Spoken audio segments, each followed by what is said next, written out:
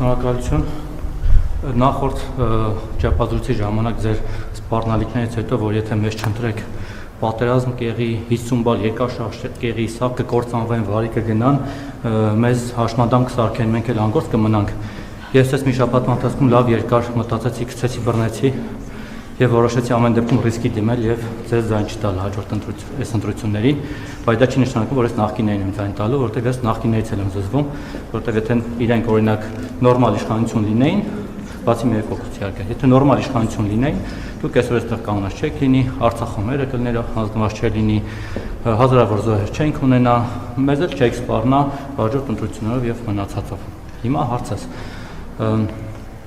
Դուք այնուամենայնիվ բացի պատերազմի սպառնալիքից նաև քաղաքական դաշտում ձեր թիմակիցները սպառնալիքներն այսպես ասած սպառնում են կամ հանրությանը վախեցնում են ինչ որ ուժերով, օրինակ Ռոբերտ Քոչարյանով, օրինակ ռուսներով, ինչ որ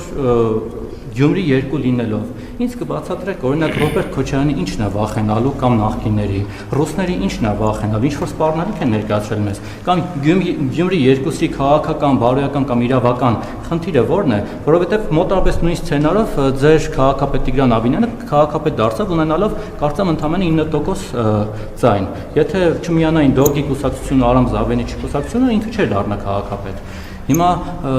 առավել ևս որ նույն Սամվել Կարապետյանի ուժը մյուսները հայտարարել են, որ մենք Ռոբերտ Քոչարյանին ձայն չենք տալու այդ վախենալու կերպարին, որովհետև մեկին չենք միանալու եւ մեր ձայները չենք տալու։ Հիմա ինչ եք Ռոբերտ Քոչարյանով վախեցնում։ Հանրությանն եք վախեցնում, դուք եք վախենում իրանից կամ ռուսներով։ Ես օրինակ չեմ վախենում ոչ Քոչարյանից, ոչ Սարգսյանից, ոչ Արման Թաթվյանից։ Մաքսիմում այն ձեր նախկին նախարար Վաղարշակ Հարությունյանից կարելի է վախենալ, որովհետև ինքը որ գա իշխանություն իրոք վախենալու կլինի։